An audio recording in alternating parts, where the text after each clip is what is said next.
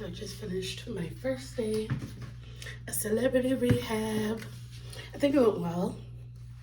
Um, there was moments, especially during our mindful movement session, where I was like, "Baby, I'm about to fall asleep," which I guess means that the mindful movement is working. But I literally had to. I was about to fall asleep standing up, so I'm just like, while we doing the movements and everything, so I had to go make myself a cup of coffee. Then after I had the coffee, I needed to pee so much. But I think it went really well. I took notes just on things that stood out. So the first one that I thought was really interesting was about depression. And it says depression is your body trying to conserve its energy slash resources when the body is overwhelmed. But I guess because of the society we live in and also how I was raised, I've always seen depression as just like being lazy, as bad as it sounds, but like seeing it as the body trying to conserve energy because you feel like you're under attack essentially, or just you're going through it. It's just so much of a softer way to look at depression and know that it's not you being lazy, it's your body trying to respond to what it deems as a threat, even if it's not rationally a threat. As another thing I've come to know depression as my therapist told me that because I've always had issues with expressing anger, again, because of how I was raised, my therapist would say when you feel anger and you don't have outlets for it, you internalize it and it then becomes depression, which I guess is, my body trying to conserve its resources in that manner as well. So I really appreciated that. And then we talked about the fight, flight, freeze, or fawn, which I came to realize that I was understanding completely wrong, especially when it comes to fawn and freeze. I didn't really understand that there was a difference. But here, so what I got from it was like the fight response is like you disconnecting from others to keep yourself safe, like at all cost. So there's no we, it's just a me when you're in the fight state. And flight is when not necessarily you're trying to run away, but in theory, if you're using an example of like there's a lion attacking you, the fight would be like you stand your ground and you try to fight, even if it's like, violent outburst or whatever. Flight would be like you're always doing something, a person that can't sit their ass down, they always feel like they gotta be doing something. That's the flight response. In response to, I guess, trauma is just feeling like you always got to be doing something. So the freeze response was something I found interesting, and I think that's the one I lean towards more, is having the mindset of, okay, well, nothing I do is going to help in this situation. And that's what leads to like depersonalization or derealization. And sometimes you just don't feel real, or you feel like the world around you isn't real. Freeze. And then the fawn, which I thought was like freeze, but it was explained to me that fawn is something that is developed in childhood mostly. Like, let's say you're growing up in an abusive household, you can't fight your parents, you can't, get a job and spend all your time at work so you don't have to face them. So fawn, when you're in the fawn behavior, you go more into like people pleasing or trying to, just do whatever the person that is causing this threat wants. So like the example she gave is like if a lion is chasing you, you like offer it a finger to be like, maybe if I let them eat my finger, I'll be left alone.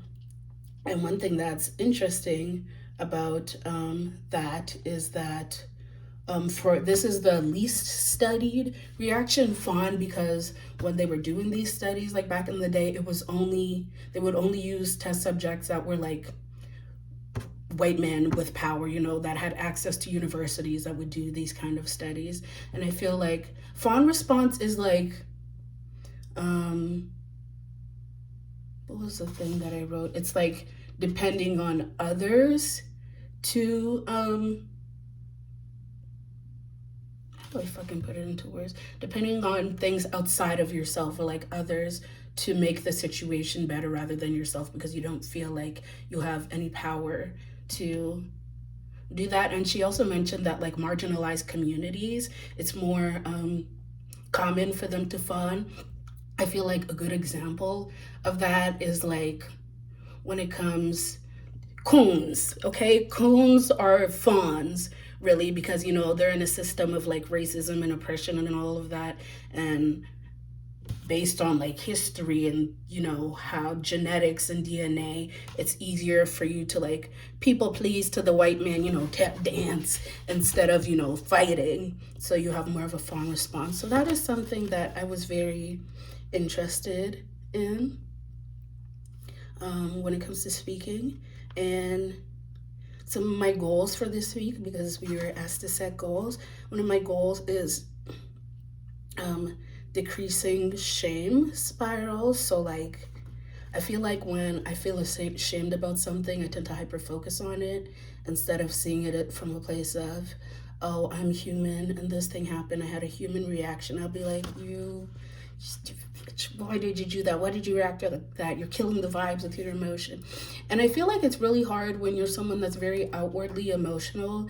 And I think the world in general, not just men, are taught that, you know, it's better to be logical, think from your logical mind than with your emotions. And then that makes me ruminate because I'm like, I don't know many people, other than children, that are like more outwardly emotional than I am. And another one is speaking up when I'm uncomfortable. I think the more that I realize that when someone makes me uncomfortable or says something that makes me uncomfortable, even if I like feel it in the moment in my body, I tend to be like, you're overreacting. Maybe they didn't mean that. And I'll like ruminate it on a while before I bring it up and be like, actually, that thing you did made me uncomfortable. So that is one of my goals for the coming week. We're going to talk about it again next week. Yeah, there's 2 other people in the program with me. They seem nice enough, and it was nice to see them get emotional over things we're talking about, but also just share, because this is my first time doing any type of group therapy, so I was very anxious. I was anxious sitting there. I'm not gonna lie, I was anxious all through like today, going through this process and just trying to, I was just thinking about how much I wish I was high. Honestly, I was like, I want to smoke. I want to smoke, not crack, weed. Okay, that's just because it helps me to be able to come back down to earth, like just be able to feel like I'm not being hunted for sport.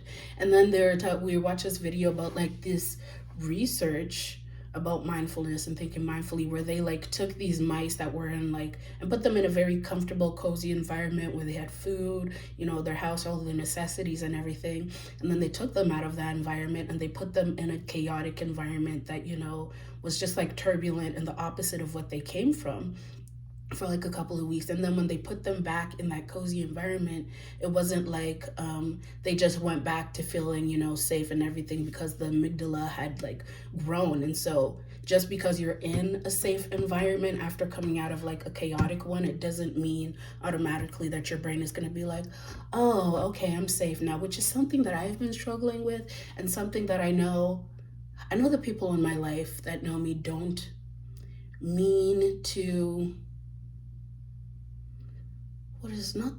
I don't think discredit is the word that I'm using, but it's that I mean to use, but for lack of better words, discredit like my anxiety and how I'm feeling by saying, oh, you're safe now, you're in a safe environment. And it's like, I fucking know that I'm in a safe physically. Yes, I know that I'm in a safe environment, but the safe environment does not change how the fuck I feel or how my DNA or my brain is reacting to everything I've been through. And so it was just so nice to have confirmation that I'm not fucking crazy, and a safe environment is not enough to change your brain chemistry.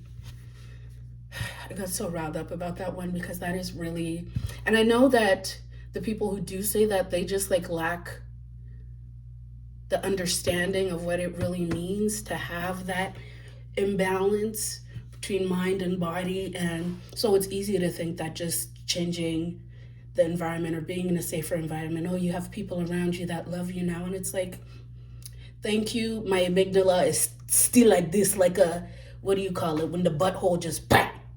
You know, it's not just gonna shrink back to this because I'm in a new environment. And so that is how my first day of celebrity rehab was. It was Monday, Wednesday, and Friday are group days.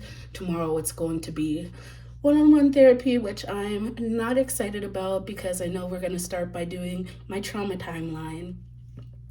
So going back to childhood and, you know, making a timeline of all of my most traumatic events, which, how much time do we have? I know we have hours. So I'm not going to be able to get out of it, but I'm also ready to do the work and like talk about it because I know for a fact that a lot of my trauma, most of the trauma are things that I was just like, I'm never going to speak this out loud again. If I don't talk about it, it didn't happen. So diving deep into that, I know it's going to make me very emotional and bring up a lot of shit, and I can't joke my way through it. But I'm also ready to just like unearth all of the bullshit and all of the hurt and to come out of it feeling resilient, because I hate that word. I hate the word resilient. It's like, what choice did I have? It was either that or do crack and end up in jail, you know? So there wasn't many options. I was resilient by default. And I guess I always just felt like when people tell me I'm resilient, they think that it's like, oh, this charming thing, like she's just so strong. I didn't want to have to be strong. I would like to never have to be strong. I would actually like to be soft. So please, I hate the word strong and I kind of hate the word resilient, but I would like to start to be proud of how resilient I am, because looking at my siblings and my family, I am the most well-adjusted adult, and that includes my raggedy mama. Okay, definitely more well-adjusted than her, and I don't give myself enough props for how I could have turned out. I mean, I'm still not always all there, you know, now, but I think I've grown to be a compassionate, well-mannered. I don't even really know what that means. I'm still able to laugh and to love and to live and, you know, enjoy life and create meaningful relationships. And so I'm very proud of myself for that. And yeah, that's my update.